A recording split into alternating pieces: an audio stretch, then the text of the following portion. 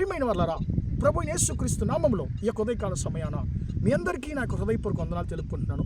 ఈ రోజంతా కూడా మీరు చేయబోయే అన్ని విషయాల్లో దేవుని హస్తము మీకు తోడయ్యుండి మీకు జయాన్ని కలుగు చేయునుగాక.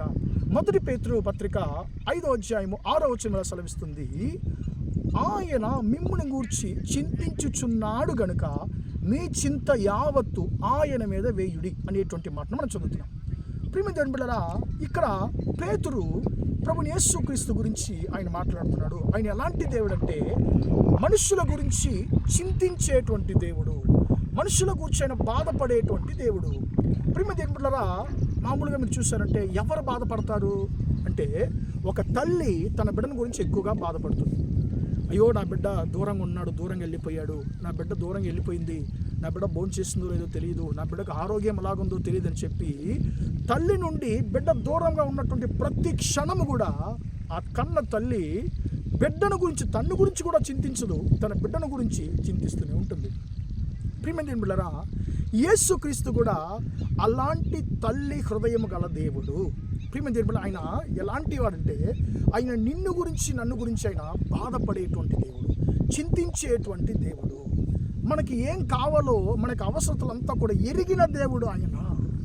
ప్రియమైన దేవుని బిడ్డలారా, మనము లూకా సువార్తలో 7వ అధ్యాయంలో మనము ఒక విధవరాలను గురించి మనం చదువుతున్నామండి. ఆ విధవరాలకు ఉన్నటువంటి ఒక్క కొడుకు చనిపోయాడు. ఆమె ఏడుస్తూ ఉంది. అక్కడ ఎంతోమంది ఆమెకు అది ఓదార్చుంటారు ఆమెని. కానీ ప్రియులారా, ఆమె యొక్క కన్నీటిని యేసు చూస్తున్నాడు. చూసి ఆయన ఊరకుండలేకపోతున్నాడు. ఆమె మీద కనికరపడి జాలిపడి ఆమెను చూసి అంటున్నాడు, ఏడవకు అని చెప్పి అంటున్నాడు. ప్రియమైన దేవుని బిడ్డలారా, మనుషులు కూడా మనం ఏడుస్తున్నప్పుడు ఏడవద్దు అని చెప్పి అంటారు, కానీ దూరంగా వెళ్ళి పక్కకి వెళ్ళి సంతోషపడతారు. నన్ను బాధ పెట్టావు కదా, నువ్వు కూడా ఇంకా బాధపడు అని చెప్పి మనుషులు సంతోషపడతారు. కానీ దేవుడు మిమ్మల్ని చూసి ఆయన చింతించేటువంటి దేవుడు. నువ్వు దేని గురించి చింతపడుతున్నావో నిన్ను గురించి ఆయన చింతించేటువంటి దేవుడు. ఆ యొక్క విధవరాలను చూశాడు దేవుడు, ఆయన ఓర్చుకోలేకపోయాడు. ఆయన కూడా ఆమె గురించి చింతపడుతున్నాడు. ఆమె మీద జాలిపడి కనకిరపడి, అమ్మ ఏడవద్దని చెప్పి అంటున్నాడు. ఆమె ఏడుపుకి కారణం ఏంటి అని చెప్పి చూస్తున్నాడు. ప్రియమైన దేవుని బిడ్డలారా, ఆ యొక్క కుమారుడు చనిపోయాడు. వాడక్కడే ఆమెకి కుమారుడు, పిల్లలు వేరే ఎవరు లేరని చెప్పి తెలుసుకుంటున్నాడు. ప్రియమైన దేవుని బిడ్డలారా, ఆమె నిరీక్షణ అంతా కూడా తనకు కుమారుడి మీదే ఉంది. ఆ కుమారుడే ఆమెకు లోకము, ఆ కుమారుడు మాత్రమే ఆమెకి బంధువు. వేరు ఎవ్వరు, ఆ కుమారుడు తప్ప వేరు ఎవ్వరు కూడా ఆమె చూడడానికి ఎవ్వరు లేరు. ఇప్పుడు ఆమె అనాథగా ఒంటరి పరిస్థితుల్లో ఉందండి. ప్రియమైన దేవుని బిడ్డలారా, యేసయ్య పరిస్థితిని చూశాడు, ఆమెను గురించి చింతించాడు. ఆ చనిపోయినటువంటి కుమారుణ్ణి ఆయన మళ్ళీ ప్రాణంతో లేపాడు. సజీవంగా ఆ కుమారుని ఆ తల్లి చేతికి అప్పగించాడు. ఆ తల్లి యొక్క బాధను, చింతను మార్చాడు.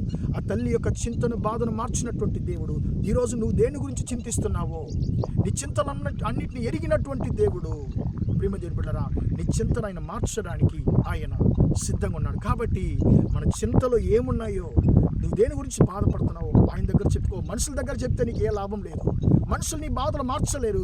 కానీ యేసయ్య నీ బాధలు ఎరిగిన దేవుడు. ఆయన ప్రతి ఒక్క బాధకు పరిష్కారాన్ని కలుగు చేసే దేవుడు. ప్రార్థన చేద్దాం. ప్రేమగల మా తండ్రి, దయగల దేవ, ఇంతవరకు ఈ మాటలు విన్న తండ్రి, నీ బిడ్డలు మీరు దీవించండి, ఆశీర్వదించండి అయ్యా.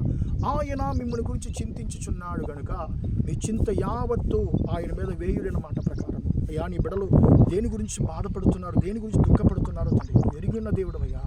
తల్లి హృదయం గల దేవుడు తండ్రి అయ్యా. మీ బిడ్డలు చింతపడినప్పుడు తండ్రి, బాధపడుతున్నప్పుడు నువ్వు చూస్తూ ఊరుకుండలేవు తండ్రి. నువ్వు అద్భుతం చేసేటువంటి దేవుడు, మీ బిడ్డల కొరకు క్రియ జరిగించేటువంటి దేవుడు తండ్రి. నీ బిడ్డలు దేని గురించి బాధపడుతున్నారు, చింతపడుతున్నారు, వారి చింత అంతా కూడా తండ్రి నీ పాదాల దగ్గర తండ్రి మేము పెడుతున్నామయ్యా. వారి చింతలంతా మారిపోవును కాక వారిని దీవించండి. ఈరోజు అంతా కూడా తండ్రి నీ దీవించే హస్తము బిడ్డకు తోడు, నీ చింతలంతా మార్చండి. యేసయ్య నామములో ప్రార్థిస్తున్నాను తండ్రి. ఆమేన్.